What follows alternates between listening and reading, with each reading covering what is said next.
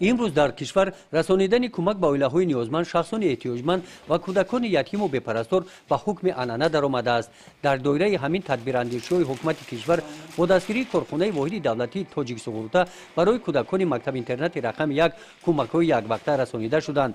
در مکتب اینترنت رقم 1 واقع در دهه ارل جماعت دهاتی به نام میرعلی محمدعلی بنویه واسه 127 نفر کودکان یتیم و تعلیم و تربیت فرا گرفته شدند. از این کودکان 5 نفرشان یتیم کل میباشند. ما خوانندگان مکتب اینترنت اظهار منتداری خود را اولا به اساسگذار صلح و وحدت ملی پیشوای ملت پرزیدنت جمهوری تاجیکستان محترم امامعلی رحمان میرسانیم که نسبت ما یتیمان و پرستاران غمخواری ظاهر مینماید. ما جوابا با این غمخواری اساسگذار صلح و وحدت ملی با دانشگاه داخل شده و خلق و ملت خیلی صادق باشیم. رهبریت کارخانه واحد دولتی تاجیک سغورتا اوید شرایط‌های تحصیل با کودکان صحبت نموده تاکید داشتند که حکومت کشور با خدمترسانی طبی و اجتماعی کودکان یتیم و بی‌سرمانده توجه خاص ظاهر نموده در این سمت همه تدبیرهای سریبختی را عملی گردانیده ایستاده است.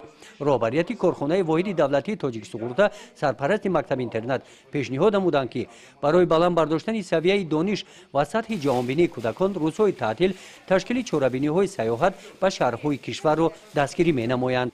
از جانب رهبریت کارخانه به همه 127 نفر تربیت گیرندگان مکتب اینترنت تحفه‌های یک وقته عبارت از خند و شیرینی‌ها رسانیده شدند. همچنین برای کودکان دسترخوان خوراک نصف روزی با دستگیری سرپرست مکتب اینترنت آراسته گردید. در این روز با اقدام رهبریت کارخانه واحد دولتی تاجیک سغورتا در صحن حولی مکتب اینترنت باغ نو بنیاد گردیده نهال‌های میوه دهنده زردآلو شنانیده شدند. گزارش خوجا نظریف خدای نظر ظهوروف از ناحیه واسه برای برنامه اطلاعاتی نوید.